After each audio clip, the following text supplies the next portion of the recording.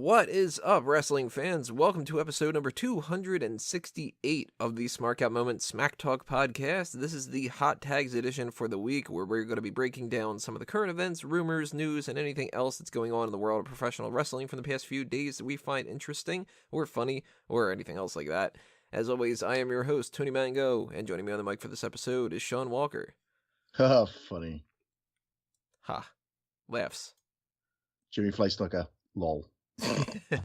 Yeah, that's unfortunately going to be one of our hot tags for this. So let's just get right into that one. I know this is one of the bigger ones that has happened throughout the week. Jimmy the Fly, I almost said. I almost did the whole crossover thing with the Steamboat and all that. Jimmy the Superfly Snuka. Yeah, Superfly Jimmy Snuka, he passed away at the age of 73, and we've talked about him quite a bit over the past year or so with the allegations that he was responsible for murdering Nancy Argentino, that's what it was. And we've kind of talked essentially about if he was guilty, then fuck him. And he just recently, I mean, this was like, talk about cutting it to the end of the road kind of a thing.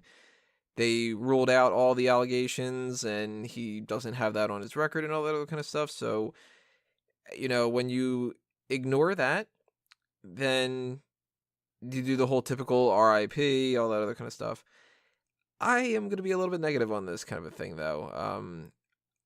I don't really like Jimmy Snuka all that much. Like, I'll admit it, I don't do that kind of thing that a lot of people do, where it's like somebody passes away and they instantly become like, they were so great, and oh my god, I'm going to miss them forever, and I'm going to cry and all that. That never really applies to me. I don't do that whole, like, now that they're dead, you have to talk better about them. I'm not going to talk shit about him, obviously, like that, especially if he wasn't responsible for murdering that woman. But, when you look at the video package that they put up on Raw, they were all like, somebody, I can't remember who it was, I think it was Rollins, was like, he was the quintessential high flyer for jumping off the cage once. One move? Like, come on, you know what I mean? That's... Fuck out of here, Seth. That's the kind of stuff I don't really like, and you can give credit where it's due, where at that time that was something that was totally unheard of, and it was revolutionary for whatever it was, but, if you ask most people before this whole trial thing started and whatever, maybe like 2 years ago, whenever that was, what's your biggest memory about Jimmy Snuka outside of jumping off that cage? It's probably when he got hit in the head with the coconut. I was going to say the coconut. And that's more of a Piper thing, you know what I mean? Like, he never won any titles. He never really had, like, these, like, 5-star matches that a lot of people talk about. So, he was a legend. Yeah, you gotta say that. Hall of Famer. A lot of people were big fans of him, so it's a shame that they've lost somebody that they were a fan of and all that. But I'm not gonna go super crazy about gushing over him like a lot of other people will. Yeah, I'm the same. I don't fake it when people are dead. If they're dead, they're dead. If I care about them, then I care about them. If I don't, then who gives a fuck? Yeah, I'd rather people do that. I know people right now are probably listening to this going like, that's so disrespectful. I think it's more disrespectful to act like you give a shit if you don't. Yeah. If you act it, like some guy I know, he died recently. Like, he was a jackass in school. Oh, I'm going to go, oh, no, it's sad that he's dead, like every other fucker on Facebook. I'm not going to go on Facebook and go, oh, yeah, he's a fucking cunt. He was a cunt. Everybody knew he was a cunt, but everybody's like treating him like he's like the sun shine out of his fucking backside. Yeah. And obviously, I mean, we're not going to be like, it sucks for Tamina, it sucks for his family, they lost a family member, all his friends and all that other kind of stuff. Our condolences go out to them, but I'm not going to start putting him in my top 10 favorite wrestlers of all time just because he passed away, He did wrestle without socks, though. And he had that headband. Headband was kind of cool. He was an ugly-looking fucker as well. I like the beginning of his theme.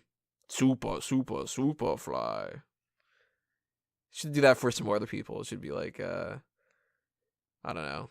Who would be like an interesting person that would have a good intro like that? Vader. It's time, it's Vader time. It's just in that voice. Well, speaking of Vader, even though he's not technically on the list, that was one of the rumors that we could have had him going into the Hall of Fame this year. But now it seems like we got some more information about some Hall of Famers. Two that we have talked about recently on Hot Tags were DDP and Rick Rude. Neither of them have been confirmed yet. And now we do have one confirmation, and we have some other people that are in the mix. I'm going to talk about the ones that are in the mix a little bit with the other one, because we all know the main thing that's going on this whole time. Kurt Angle is going to be inducted in the Hall of Fame. We're going to talk about him in a minute or so. But before we get into Kurt Angle, let's talk about the other ones that could potentially go in this year as far as the rumors go. The natural disasters, typhoon and earthquake. Christian could be going in. I.R.S., William Regal, and Beth Phoenix. Now, we know that they more than likely are going to have at least one person that's like in the tag team division. They usually tend to do a tag team, so natural disasters make sense. Yeah. They always have a woman, which makes sense. And Beth Phoenix probably not going to get wrestle anymore. I wouldn't put Beth Phoenix in. At all? That's just me. Not right now. Like, she only, retired like 2 years ago? It hasn't been too long. So I'd be okay with them waiting. There's a couple other people that are still kind of lingering around that they haven't put in yet. And they could do them first. Molly Holly isn't in yet. Ivory isn't in yet. Victoria isn't in it. I forgot about Ivory. Stacy Keibler isn't in it. Stacy Keibler should go into the Hall of Fame. Well, she did fuck all, though, to be fair. Well, her legs. Well, she was a huge, huge manager at the time. For the Dudley Boys and for Test. And just being a general woman in the company, getting a lot of attention, bringing a lot of eyes. I suppose she did a lot for WCW, though. Well, she was in that, too, yeah. As Miss Hancock. Yeah, she could handle my cock. We have a question on the mailbag about your love life, by the way. We'll get to that in a couple days. Oh, great. Looking forward to it. If I.R.S. goes in, I think that's great. Obviously, the person who has to induct him is Ted DiBiase. That's a guarantee. Or Bray Wyatt. Either or. It would be weird if Bray Wyatt was doing it, because it'd just be like, hey, man, he's actually my dad. That's why I turned into a cult leader, because my dad's all into taxes and shit. or Bo. Either or. Bo, maybe, yeah. I think they'd go with DiBiase, though. They had that real strong connection between those two. No idea who would induct the natural disasters. Obviously, Edge would induct Christian. That's a guarantee. Yep. William Regal, though. Regal, I would say, definitely deserves to go in. He'll go in for sure at some point. If it's not this year, it's happening. I mean, this guy is a lifer.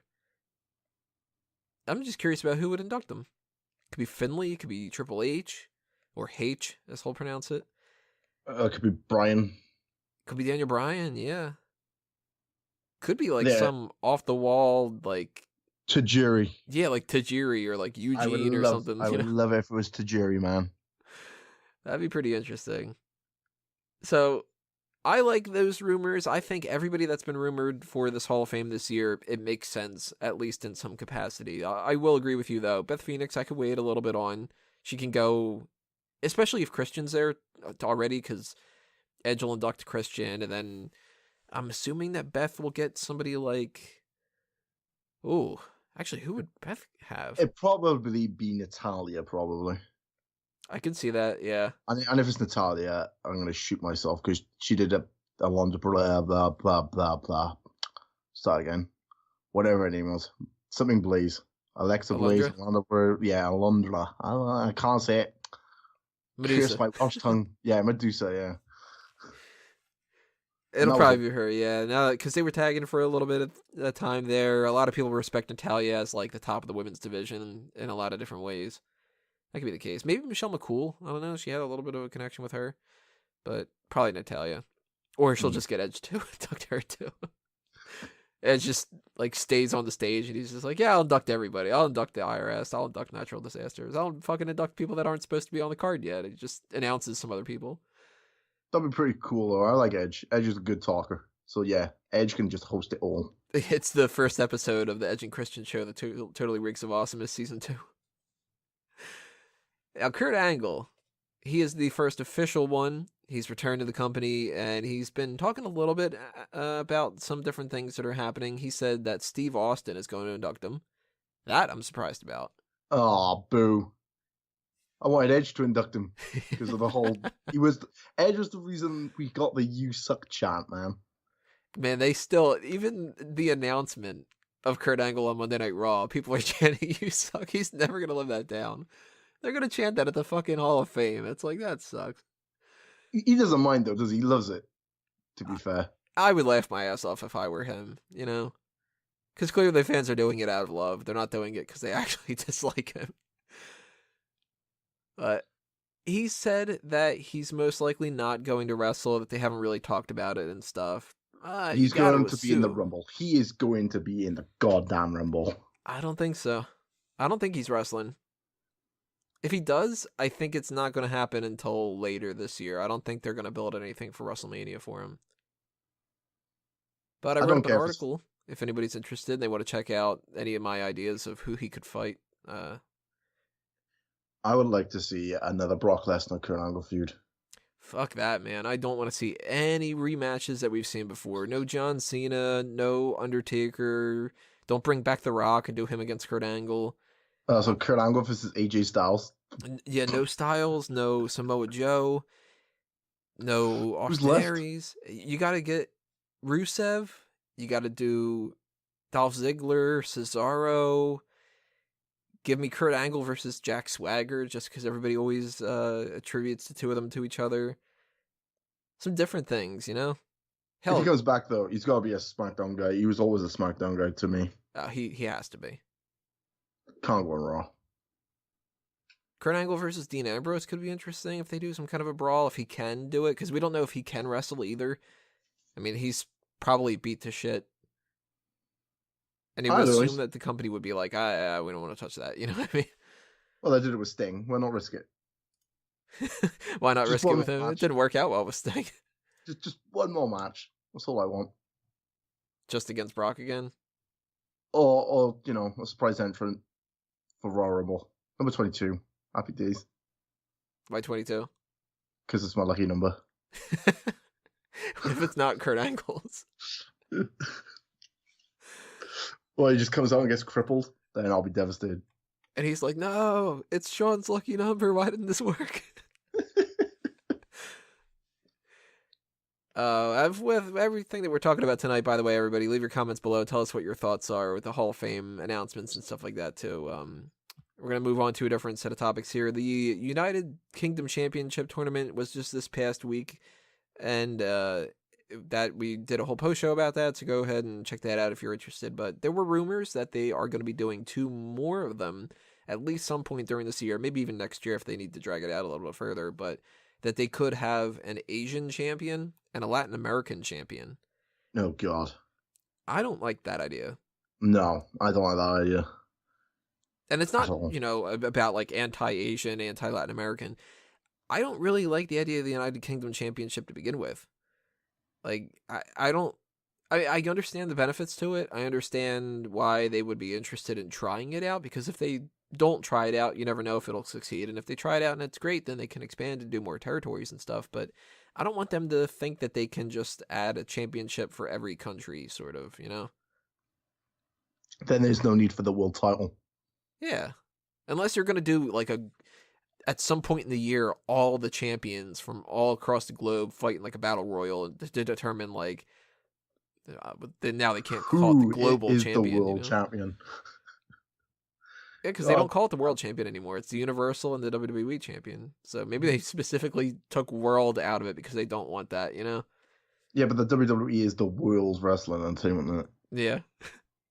So... But then it's the WWE Universal Champion, isn't it? So it's the World Wrestling Entertainment Universal Champion of the world, of the blah, blah, blah, blah, blah. Fuck off. Somewhere down the line, we're going to get a parallel universe. They're going to enter, and it's going to be whoever that Universal Champion is. And it's going to be Universal Champion versus Universal Champion for the Multiversal Championship. Oh, God, I can see it now. Some dude is going to come down painted green. He's going to be the Martian. Well, it'll be all spawned from the Flash, because the Flash always creates these crises on Infinite Earths and stuff like that. It'll be like the Flashpoint version of WWE, where they're still called WWF, and that's the one change. Austin never became the King of the Ring in '96. It was actually Triple H because he didn't get punished. All that kind of shit worked out differently. What's his name? Terry Taylor didn't become the Red Rooster. He got the Mr. Perfect gimmick, and they switched.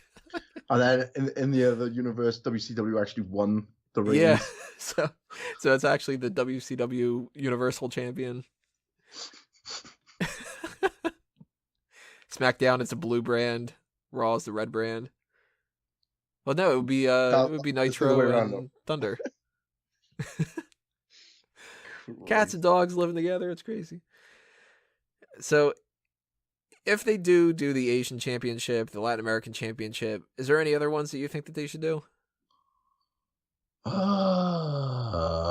Like, should they have the Canadian champion? No. Fuck it. Let's have Compton.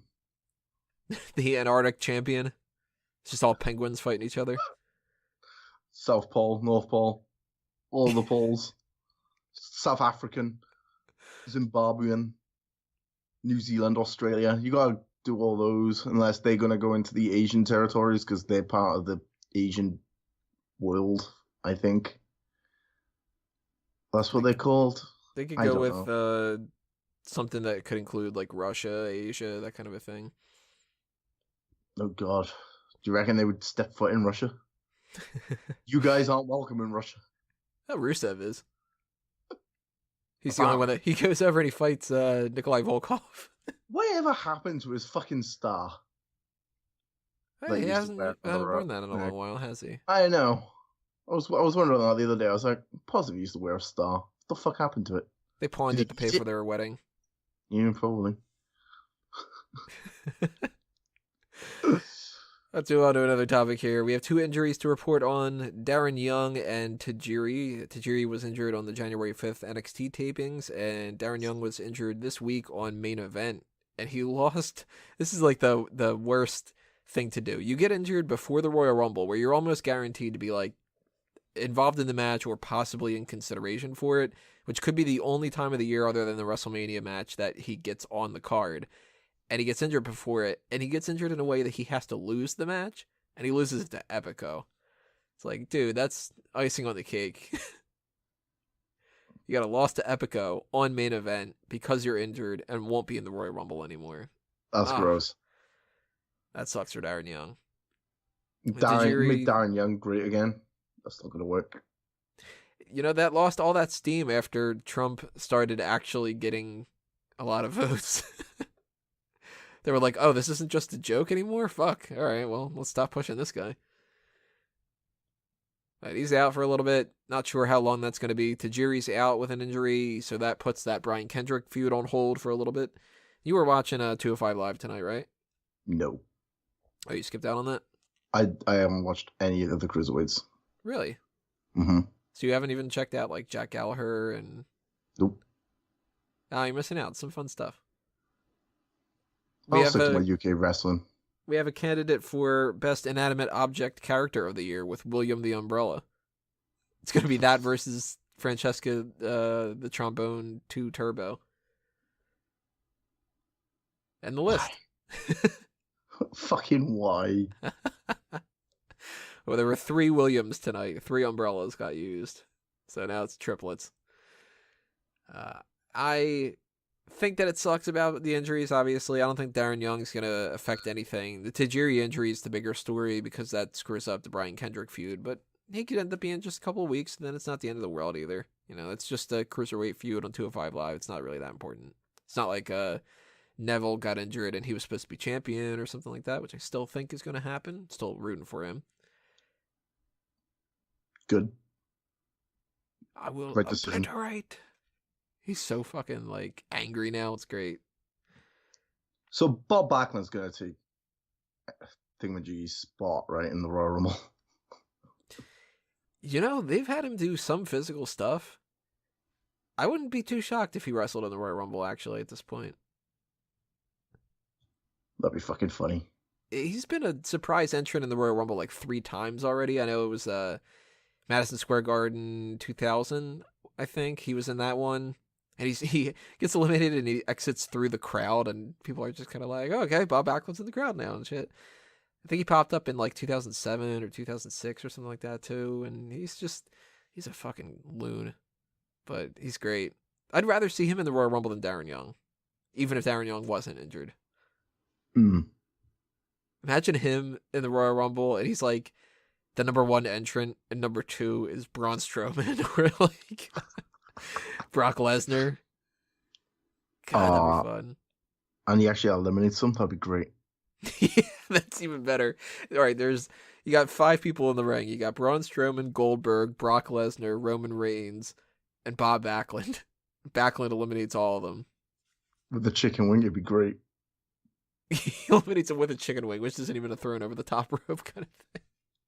Puts them in a submission, and they're like, they start tapping out, and then they jump over themselves to eliminate. Bob Backlund wins the World Championship at WrestleMania. That'd be class. I think our last topic that we were going to talk about tonight, I don't have anything else written down here, which probably means that there's going to be some huge story in the next like 2 hours or so, but is the NXT 2016 Year-End Awards. The nominations have been presented, which now that they are doing the Year-End Awards in, I guess, like February, March, or whatever, does it say when they're going to do this? January 28th. Wow, okay, they're doing that real quick. That's on the pre-show, which that makes sense. That's kind of interesting to do that on the pre-show. Makes it a little bit better than just doing the same old shit.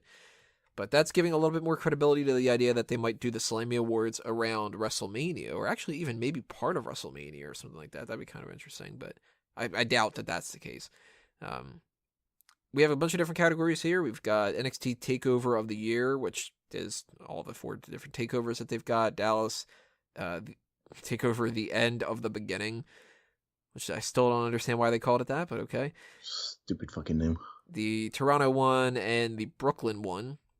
You didn't actually check those out, you said, right? I'm going with Dallas because that's the only one I've watched.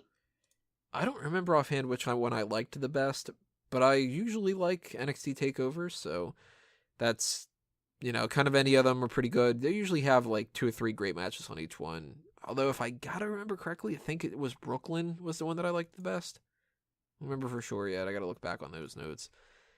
But we've got the NXT Tag Team of the Year, American Alpha, TM61, which why are they in the running? Authors of Pain, The Revival, and DIY. Can't be TM61, that's a guarantee. I'd have to go with The Revival. I've gone with DIY. They were good. They're the tag champs now. Just because of Johnny Wrestling. See, Authors of Pain are going to be the tag team for this year, I think. They had a good run in 2016, but now they're just starting to hit that stride. American Alpha, they won the tag titles, but they lost them pretty quickly. Revival's been like the go-to standard, and I've made like a big stink about them before, saying I didn't really like them all that much. I like them. They're good. We have the NXT Breakout Star of the Year, No Way Jose, Ember Moon, Andrade Cien Almas, Peyton Royce and Billy Kay, and Sanity. Sanity can't be in the running. I don't understand that. They're like brand new. Andrade Almas, fuck that guy. No Way Jose, he's got a fun theme, but he's not a breakout star. Peyton and Billy, man. Yeah, they got my vote. Ember Moon's doing some good stuff, but Peyton and Billy have been like the cornerstones of the division outside of Asuka for this whole year. Yep. And everybody's finally seeing why I like Peyton so much. It's great. She's so hot. Oh, man. Because she's hot. Remember that when we do that tournament, everybody. Peyton Royce. She gets some votes this year. We have the NXT Female of the Year, which is down to Bayley, Nia Jax, or Asuka. Fucking Nia Jax in the list. I don't understand that either. This is Asuka's win. Yep. And it's not even close. Like, Bayley was champion, but she lost it pretty early in the year. And Asuka's been destroying everybody. She's still undefeated. Nia Jax didn't do jack shit. Damn. Thought she would have lost by now. I don't think she's lost. Can she speak English yet? I don't know, actually. I don't remember the last promo that she cut. If I remember correctly, she can speak better English than Nakamura. But then again, Nakamura can speak better English than Hideo Itami. Can the Authors of Pain speak English? I don't remember ever hearing them talk. I'm No thinking idea. about it. That's a little bit weird. We've got the NXT Male of the Year: Finn Balor, Shinsuke Nakamura, Samoa Joe, and Bobby Roode. This is going to go to Nakamura. It is, but I want Rude to win. If they were going to go with who's my favorite of those four, Bobby Roode's my favorite. Then, Joe. Then Joe, yeah, and Then then Balor, then Nakamura. Nakamura. Yep. I mean, Nakamura was the headliner this whole year. It makes perfect sense for him to win. Balor lost pretty early in the year. Then he didn't really stick around all that much longer, so he doesn't really count. Joe should be at least close to Nakamura. Bobby Roode came in a little bit later, and now he's kind of in the same thing as Authors of Pain, you know? This will be his year. Then, of course, we have Competitor of the Year, which merges all those together. It could be a man or a woman that wins. Bayley won for last year, which well-deserved. This year, I still think it's going to be Nakamura, though. I think he's going to beat out Asuka. I reckon Asuka's going to win it. Really? Yeah. It would be. It would make a lot of sense. She is undefeated. She is the champion. It's supposed to be on par with the men's division, so you can make a case for Asuka. It's not going to be like, as much as I like him, Bobby Roode's not going to win Competitor of the Year. Finn Balor shouldn't win it. Nia Jax definitely shouldn't. Bayley shouldn't. So. Well, like I said, Finn Balor spent most of the year dead, so he's not going to win anything. He'll probably win Injury of the Year, but then Hideo Itami's probably got that beat. Injury of the Year. If there was an Injury of the Year category, I'm pretty sure Hideo Itami would win it every single time. He's just like, that's the only goal he's going for in WWE.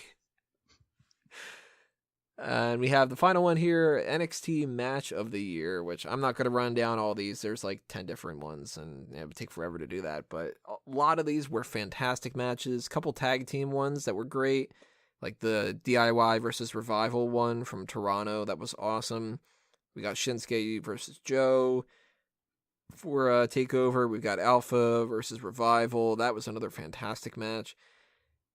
I got a feeling people are going to go Sami Zayn versus Shinsuke Nakamura. I tell a lie, actually. The only one I watched was NXT Toronto. I got confused. It's hard to keep track of which ones are which, isn't it? Yep. I mean, when everything's named the same, it's like, you know, you can tell that the Royal Rumble is the Royal Rumble one. It's like, well, which pay-per-view was the Elimination Chamber on? I don't know, Money in the Bank? Like, that stuff is easy. But when you go NXT TakeOver Brooklyn, NXT TakeOver Toronto, NXT TakeOver London, that all bleeds together, so. And when you have a lot of the same matches, too, like, Sami Zayn, not Sami Zayn, Shinsuke Nakamura versus Samoa Joe, it's like, well, which one was the one where he did that, you know? Yeah. And the only reason why I remember Toronto was because of Dillinger versus Rude, and that was my match of the year last year, so.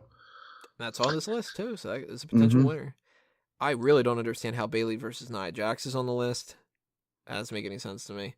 It's because she's related to The Rock. Maybe. So, I got a couple on this list that I like a lot. Neville versus Finn Balor. I don't remember that one from NXT TV. I might not have seen that episode, actually. But I'm going to go, I think people are going to go with Zayn versus Nakamura. There could be some other surprises. We could get Finn Balor versus Shinsuke Nakamura. That was a good match on NXT TV.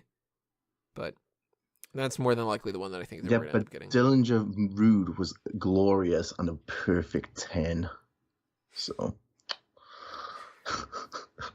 I'm saying it, man. I really want them to put Ty Dillinger as the number 10 entrant of the Royal Rumble. Oh, that'd be amazing. It'd be so good. Just like, you got that countdown, 10, 9, 8, 7, 6, 5, 4, 3, 2, 1. 10. And it's like, what? Fucking. Everybody just says getting all confused with all this math. I mark out so hard. Oh, I mark out as well. I love Ty Dillinger. She's great. Alrighty, so that's going to wrap us up for the hot tags for this week. Everybody, as I mentioned before, leave your comments below. Tell us your thoughts on all these different subject matters. And if anything else happens throughout the week, then leave your comments below and try to get my opinions to say about any of that kind of stuff. Or if it ends up being a little bit later on where we still have time, we haven't done the mailbag yet, you could transform that into a mailbag question, and then we can talk about it that way. Because we're probably going to do that on Friday night. I'm going to try to do a lot of Friday recordings now to get more people involved. And we also have another thing that'll kind of eat up a little bit of time, which I just recorded yesterday. I did a Sporkle quiz for the whole lineup of everybody in the Royal Rumble. Not going to say whether I got everything correct or not. But you will be able to find that out sometime on Wednesday or Thursday or so. We got the IWC Outreach coming up next after this, sometime on Wednesday, probably afternoon, probably early at night, something like that. And that's what you got to look forward to over the next couple of days. So make sure you hit that subscribe button and that little bell notification icon thing that goes next to it too. That way you can be aware of when we post things outside of if you just follow the Facebook, the Twitter, the website itself, blah, blah, blah. Anything you want to promote on your end, John? Watch the last episode, and then you'll know my promos. Your promos? My promos. I'm gonna stick with it. I'm tired. Promos. It's 5 o'clock in the morning. If you want to see if you can spell that, that's what it comes down to. You can find the link below to the Twitter account and stuff and follow everything else like that. And you can follow me at amangotree and at Tony Mango and all the other places, Fanboys Anonymous and blah, blah, blah. Click on my sites, follow a whole bunch of different things, and just keep going down that rabbit hole. But we will see you next time, everybody. This is it for this episode. Thanks for listening. This has been another Smark Out moment, and we are being counted out.